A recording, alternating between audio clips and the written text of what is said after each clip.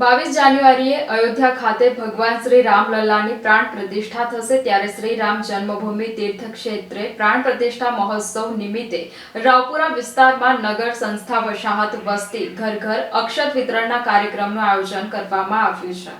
વિક્રમ સંવત 2080 પોષ શુદ્ધ બારસ મૃગશીર્ષ નક્ષત્રના શુભ દિને દિનાંક 22/1/2024 સોમવારના રોજ ભગવાન શ્રી રામ નિજધામ પુનઃ વિરાજમાન થવા જઈ રહ્યા છે।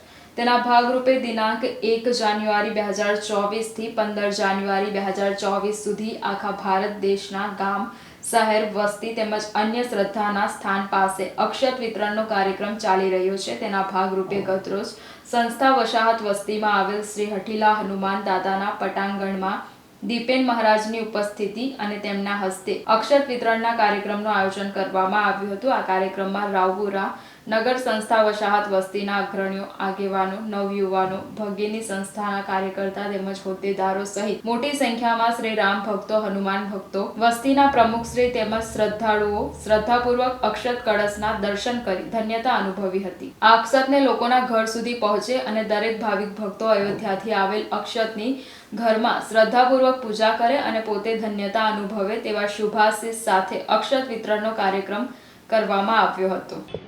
સૌને જય શ્રી રામ। દરેકને ખબર છે અને પૂરા વિશ્વમાં જાહેર થયું છે કે વિક્રમ સંવત 2080 પોષ માસે મૃગશીર્ષ નક્ષત્રમાં ભગવાન શ્રી રામ લલ્લાની પુનઃ પ્રસ્થાપિત મૂર્તિ થવાની છે અયોધ્યામાં।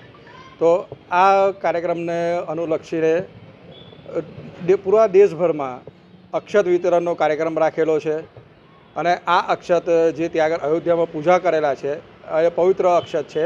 એ દરેકના ઘરે ઘરે સુધી જાય, લોકો આ અક્ષતનું પૂજન કરે અને પોતે ધન્યતા અનુભવે એવા અનુલક્ષીને આપણે અહીંયા રાવપુરા નગર સંસ્થા વસાહત વસ્તીમાં પણ હઠીલા હનુમાન મંદિર ખાતે અક્ષત પૂજાનો કાર્યક્રમ રાખ્યો હતો અને આ અક્ષત પૂજાના કાર્યક્રમમાં દરેક ભાવિ ભક્તો શ્રી રામ ભક્તો રાષ્ટ્રભક્તો શુભેચ્છકો તેમજ સ્થાનિક જે રામ જન્મભૂમિ તીર્થ ક્ષેત્રના જે કાર્યકર્તાઓ છે એ લોકો પણ ઉપસ્થિત રહ્યા હતા।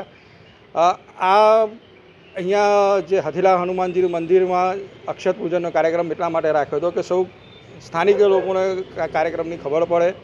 પૂરા ભારત વર્ષમાં અને વિશ્વભરમાં આ કાર્યક્રમ ચાલે છે એટલે લોકો આ અક્ષતનું પૂજન કરે, પોતે ઘરે અક્ષત લઈ જાય અને પૂજા સ્થાને મૂકી અને પવિત્ર અક્ષતને પૂજા કરે અને પોતાની આસ્થા જે ભગવાન શ્રી રામ પ્રત્યે છે એ આસ્થા પોતે વ્યક્ત કરે।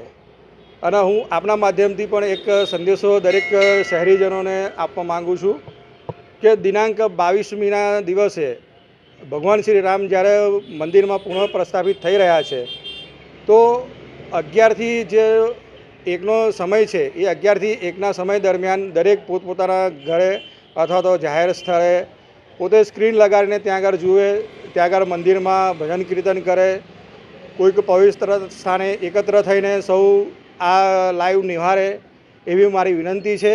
સૌને જય જય શ્રી રામ, વંદે માતરમ, અસ્તુ।